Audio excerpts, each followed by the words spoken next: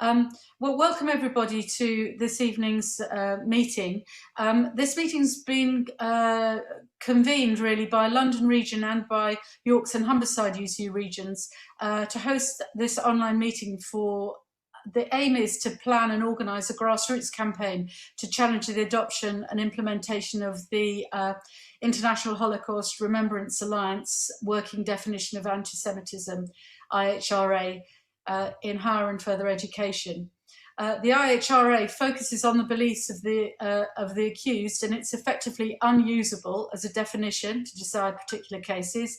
It's got no legal basis, but in the hands of managers wanting to bow to student complaints, it risks becoming a charter for the victimisation of pro-Palestinian activists, left-wing academics and trade unionists. So it's a matter of real serious importance to our union members and colleagues, and also to the wider community that values freedom and justice and the right to discuss and debate and convene together. We've seen that Johnson's government is putting on the pressure to universities to adopt it, and Gavin Williamson's been threatening to cut funding to institutions that don't comply with it. Not just to adopt it, but to implement it by incorporating it into disciplinary procedures. And we have speakers from Warwick who will be able to illustrate very graphically exactly what that means. Following the 27th of April, the Education Select Committee, some Conservative MPs were calling for summary political dismissal of academics at the University of Warwick, and we will have speakers to go through that. The aim of the meeting is to both share experiences and ideas, but most importantly to build towards what we can actually do about it on the ground, in our workplaces, in our institutions. So just to go through a few housekeeping rules while we're waiting to get started. We would like people to raise their hands to ask questions as we're going through. There'll be space for discussion throughout the course of the meeting. It will be broken into two parts.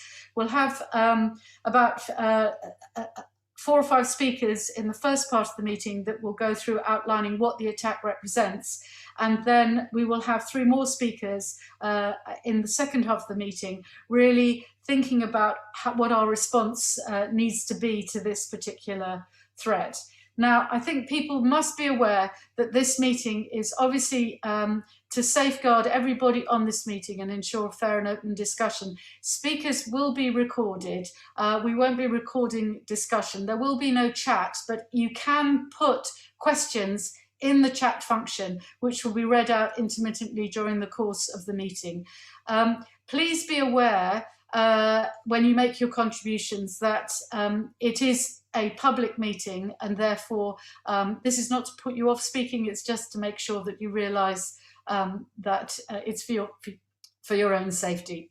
And we would encourage everyone to participate, ask questions, make suggestions and share their experiences. When you're speaking, the speakers will have about 5 minutes each. I have 2 signs, one of which, sorry, let me just get rid of some of this paper here, one of which will tell you that you have, that's at the end, sorry, you'll have 30 seconds to sum up your point, and then there'll be one that says time up at the end. Halfway through the meeting, Leslie from Yorks and Humberside, I'm the secretary for London Region. Leslie is the secretary for Yorks and Humberside, and she'll take over the chairing. I think she's got a slightly more polite sign than mine, but there we go, it's the same principle. And I think we should move on. So just to say finally, this is, please remember that what you say is not private. Okay, so the first set of speakers will be Saladin Mekled Garcia, followed by a statement from Ken Loach, which will be read out by Tom Hickey from the British Committee for the Universities of Palestine.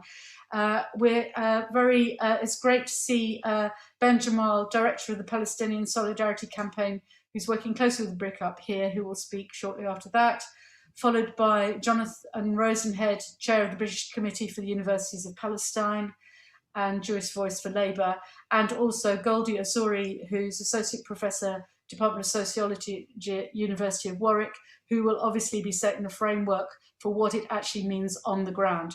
We will then have about 15 minutes for discussion. And if you've got questions that come up while they're speaking, please do put them in the chat. You can raise that with the panel, and we'll try and read some of those out as we go. And put your hands up to speak. And then at 6:40, I will hand over the chair to Leslie from Yorks and Humberside, and she will have 3 further speakers: Hannah Jones from UCU Warwick Branch Committee, Professor David Johnson from the Open University, and Anne Alexander from University of Cambridge and co-editor of Middle East Solidarity magazine. And we'll have about 20-30 minutes for discussion and some time to wrap up and come to some conclusions about action on the ground. So welcome everybody. I look forward to a good meeting and your participation. And without any further ado, Saladin, can I invite you to speak? Thank you very much. I'm just going to share my screen. So you should be seeing a blank screen at the moment. It's a slide and I'll move it on, so don't worry, things haven't gone terribly wrong. I just wanted to say that, first of all, I'm from UCL. I'm on the executive of the UCU branch at UCL, and there is where we had one of the initial fights where there was a pushback against the IHRA definition of anti-Semitism, the working definition. And the pushback was, if you like, the power behind the pushback came from academics on campus working, for example, in the Hebrew and Jewish Studies department, seeing what this definition would mean for their work and research, and the union coming in behind them and assisting them in pursuing a pushback against the senior management who had passed this definition at our council behind our backs.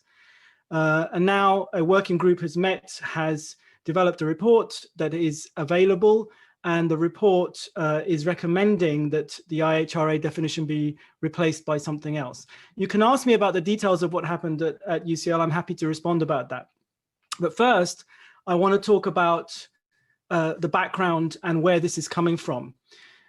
In 2012, a case concluded called Ronnie Fraser versus the UCU, which was a case taken out by Ronnie Fraser and supported by a number of activists in the pro-Israel, pro-Zionist movement in the UK, including the lawyer Anthony Julius, who's pushed the case and who represented the case. And the conclusion of the case is what you can see here. This is actually what the court says, is an employment tribunal. Lessons should be learned from this sorry saga. We greatly regret that the case was ever brought. At heart, it represents an impermissible attempt to achieve a political end by litigious means. And in fact, what had happened in that case was an attempt by Ronnie Fraser and those that were supporting him to try and get the employment tribunal to accept that Zionism is a protected characteristic in the way that race, religion, disability, sexual orientation, and so on are protected characteristics for the purpose of non-discrimination law. So they could then argue that the UCU, which had meetings, discussions, motions at its congresses on Zionism, on Israel oppression of the Palestinians, they wanted to then argue that the UCU, by creating a hostile environment for Zionists, was creating a hostile environment for Jews. So they were identifying Judaism with Zionism in order to claim that this was an anti-Semitic act. That action was based on a definition of anti-Semitism that was around at the time, which was the precursor to the definition that we see before us, which is the IHRA definition that we have before us now. And really what the IHRA definition represents for universities, the way it is being pushed in this country, is an attempt to come and have another go. This time, not through the UCU and the law, but through regulations, through disciplinary processes in universities to try and stop people talking about the Israel-Palestine question in a certain way. To show you what this definition is and to give you a sense of why that is a problem, it's the one at the top. It's 38 words. Anti-Semitism is a certain perception of Jews which may be expressed as hatred towards Jews. Rhetorical and physical manifestations of anti-Semitism are directed towards Jewish or non-Jewish individuals. and or their property towards Jewish community, institutions, religious facilities. Anti-Semitism is a perception. This is a strange definition, if there is one, of anti-Semitism as a way of perceiving things rather than something constituting approaches, acts, and treatment of others, which is how most anti-discrimination definitions work. To compare it to something that's a bit more concrete and clear, the Oxford English Dictionary has anti-Semitism as prejudice, hostility, or discrimination towards Jewish people on religious, cultural, or ethnic grounds. The Jerusalem Declaration, which no doubt you will hear about more in a moment, has anti-Semitism as discrimination, prejudice, hostility, or violence against Jews as Jews, or Jewish institutions as Jewish. Nothing to do with this perceptive or perceptionist way of understanding anti-Semitism. And if you were to try and understand the definition and apply it, you would face serious problems when confronted with cases if this is all that you had going. Except that, as we all know, this definition comes with 11 examples such as the following: denying the Jewish people their right to self-determination by claiming, for example, that the existence of a state of Israel is a racist endeavor; applying double standards by requiring of it a behavior not expected or demanded by other democratic nations; or drawing comparisons of contemporary Israeli policy to that of the Nazis. Imagine that you are a researcher in a university and you want to investigate, say, the secular colonial nature of Israeli institutional orders, especially in the context, as we see now, very pertinent, of racialized and supremacist political violence against the Palestinians, including, for example, the forced vacation of Palestinian homes in order to allow settlers to move in and inhabit them once they've been thrown out. Or imagine that you're a young anti-Zionist Jew and you want to write an article on the history of the Israeli state and its oppression of Palestinians from its inception. Or you could be a Palestinian student from a displaced family that wants to organize an anti-Israeli Apartheid Week event using the term apartheid, which now has been used by Human Rights Watch, B'Tselem, and various other NGOs in Israel itself, and that is now being investigated under one of the headings of crimes against humanity by the International Criminal Court that is looking into Israel-Palestine. Saladin, your time's up. Sorry, I can't. I'm going to stop sharing. So imagine that this is time's running out, Saladin. Yeah, I'm gonna finish. So imagine that you are one of these people. What does it tell you? What does this definition tell you about whether you can do what you want to do, whether you can pursue these actions? Well, the problem is, and I think this is going to be enough for me, the problem is that you can't tell whether it's either very likely that you will not be allowed to do these things, given this definition I've shown you, or you can't tell. It's very unclear. And there's a lot of fear that can be imparted onto you and other members of your academic community if you want to try and pursue those actions, because you don't know, and it may be the case or it may not be the case, and you may have numerous institutions, including MPs, as we have seen, and community institutions coming after you for anti-Semitism. That's enough to put the fear into anyone, and that's good enough reason to oppose the definition. Thank you very much. I'm sorry to put so much pressure on you, but with lots of speakers, we want to get a chance for people to share their views and thoughts. Thank you very much, Saladin. Our next speaker is Tom Hickey, who will be reading a statement from Ken Loach. Tom, for those of you who don't know him, is on the British Committee for the Universities of Palestine. Tom. Can you hear me? Yep. Okay.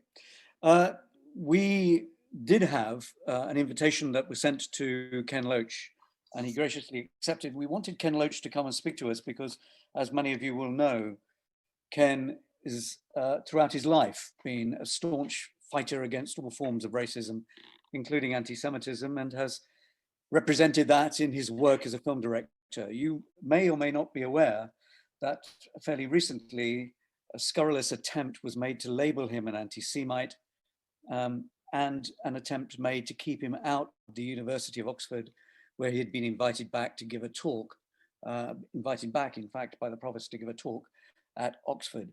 That didn't succeed, and Loach's event went ahead, but for that reason, we wanted him to speak.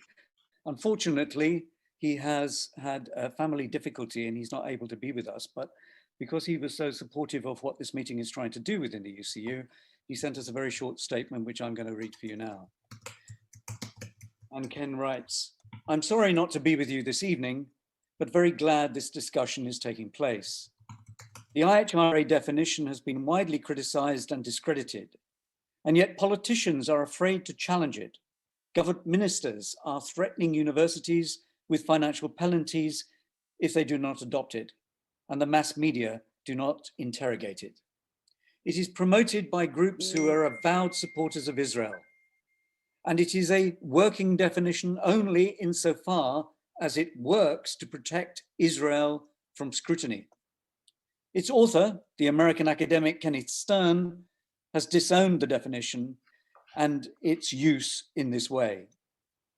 I'm sure that you will discuss the Jerusalem Declaration, an important replacement for the IHRA definition, which deserves widespread support. However, I agree with the very many who say that anti-Semitism as a form of racism should be defined as hostility to Jews as Jews. It is simple as a definition, it is clear, and it is unambiguous. But we are now faced with a serious threat to free speech, to academic freedom, and to the right of Palestinians and their supporters to tell their story in their own words. I'm sure this meeting will assert its opposition to those who manufacture charges of anti-Semitism to serve a political agenda. And in doing so, it will demand that free speech for all, including in universities and colleges, is a principle that must be upheld. Solidarity, Ken Loach. Thank you. Thank you very much, Tom. I'm sure we appreciate sending us that message, and we send our solidarity to Ken. Can I now invite Ben Jamal, who is Director of Palestinian Solidarity Campaign, who works closely with Brick Up, to speak now. And I do invite people, if you've got questions that you want to raise or put in the chat, please do that, and they will be read out once we get to the end of the speakers in this section. So welcome, Ben, and nice to see you. Thank you, Margot. And I've been asked in the time that I've got just to say a few words about how the IHRA has impacted upon Palestinians and upon those within the solidarity movement seeking to organise in support of the Palestinian campaign for justice. I speak to you obviously both as a Palestinian, but as the director of a Palestine solidarity organisation. I want to just say a few brief words really about how the IHRA is being used and how we need to understand the strategy of those using it and mobilise to oppose it. The IHRA has been on our radar and has been opposing the IHRA and supporting others to mobilise against its adoption has been an important part of the work of PSC really since about shortly after the government adopted it in 2016. One thing which I want to bring to your attention, during that period we've created in partnership with a whole range of organisations like Brick Up, like Free Speech on Israel, Jews for Justice and others, a whole body of resources to aid those campaigning. We are in the process now of bringing those all together in a website that will be launched in a few weeks' time, which will provide range of evidence of how the IHRA is being used, statements from those opposing it, and an evolving body of resources for people to use. So that will be launched fairly soon.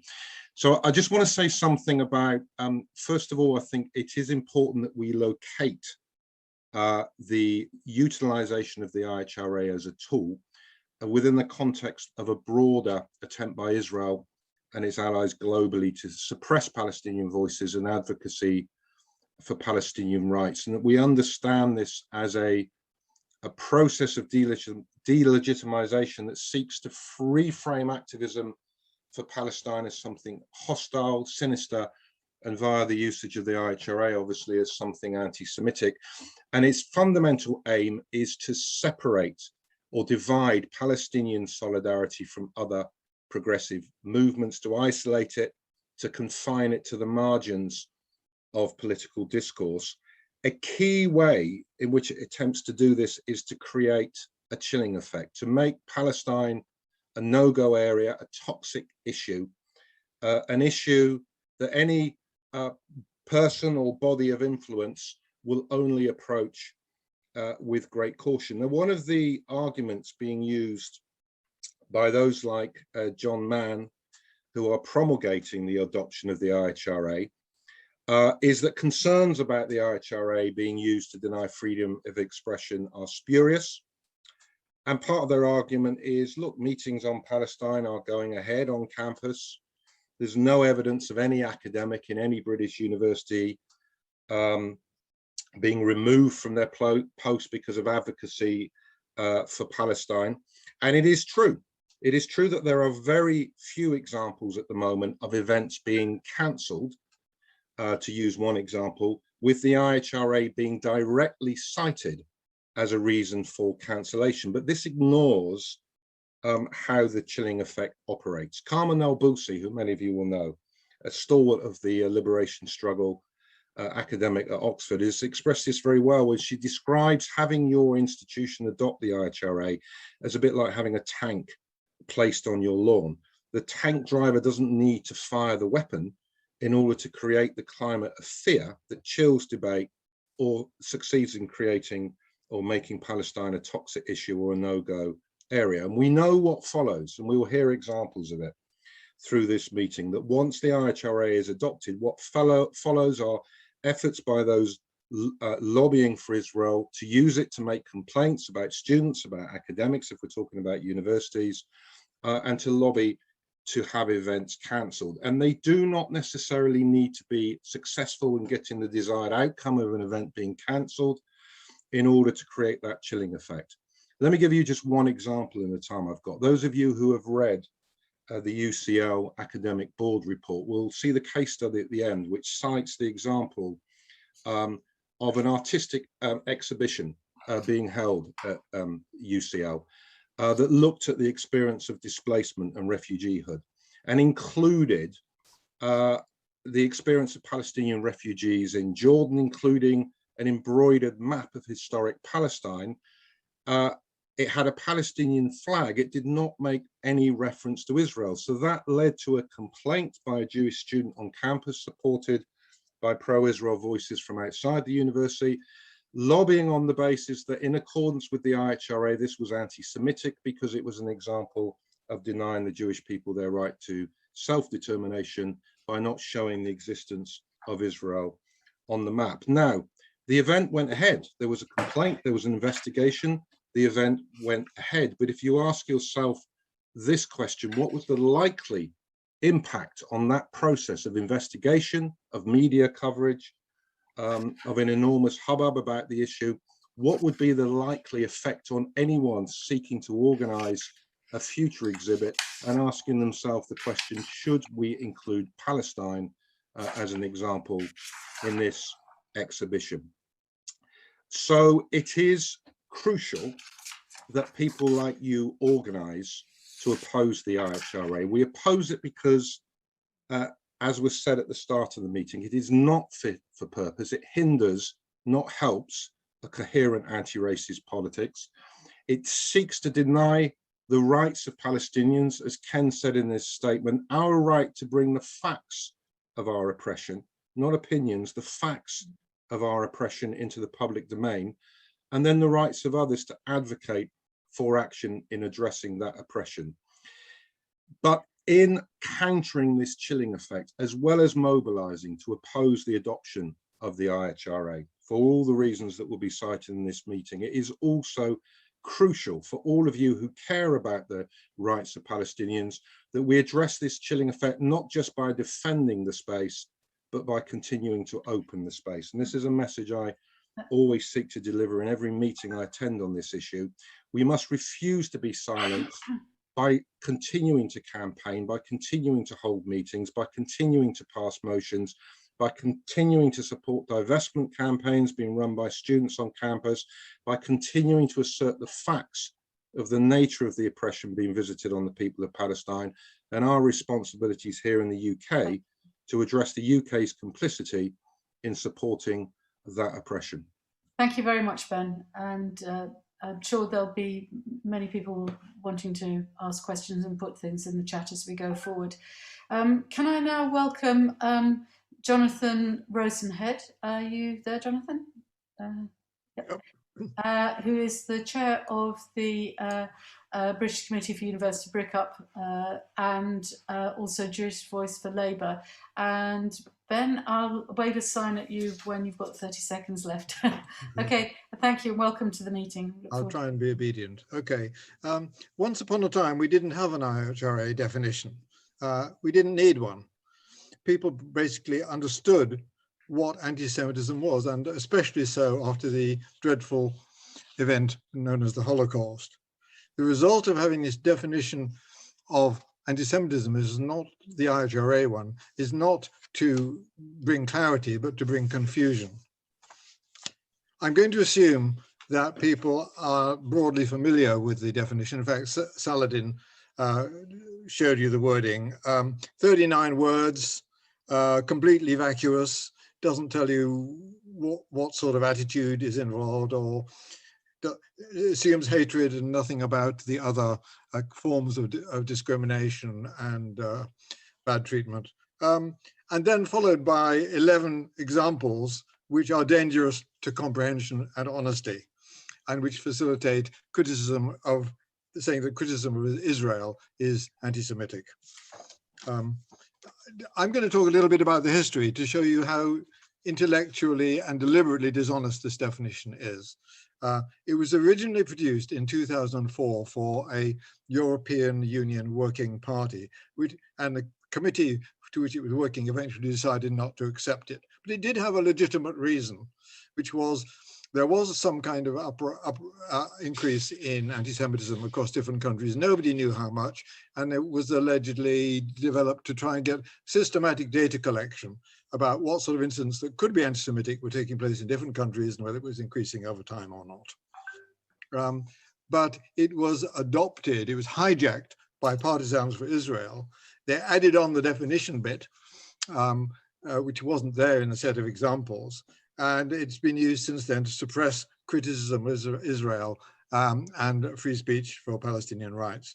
As we've heard, the original drafter, Ken Stern, when he became aware that his examples were now being used to suppress freedom of expression on universities, has been campaigning vigorously, including speaking to the US Congress against this, this dreadful perversion of what he intended to be a positive initiative. Last month, we found out that the IHRA, that's a body, International Holocaust Remembrance Alliance, which passed this definition at its plenary in Budapest in 2016, did not actually pass the whole thing. The member states balked at linking the examples to the definition. So they accepted the meaningless definition, and they insisted that the examples should only be used internally by IHRA to guide it in its discussions.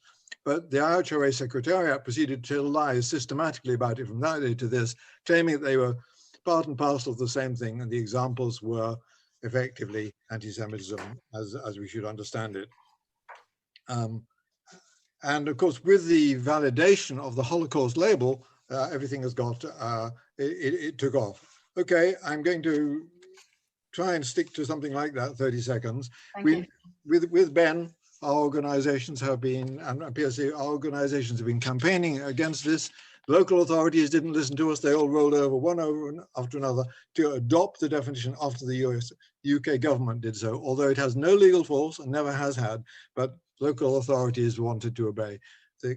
The worst possible deadbeat minister in our government, Gavin Williamson, has insisted that universities should adopt it. And I'm glad to say that the universities are showing much more resistance than our local than our local authorities do. So the resistance is there, not only among staff, but also some managements are extremely critical because it invades both their autonomy and freedom of speech. And the Jerusalem Declaration on anti-Semitism to hand, it gives us a weapon that we can use when a university has felt under pressure to adopt a definition, then it can adopt one that isn't so dangerous, or if it's already adopted one, we can campaign to get them to replace the IHRA with the Jerusalem Declaration, which does a lot less harm. Thank you. Thank you very much, Jonathan. We have one more speaker in this section, and then we'll be opening for discussion.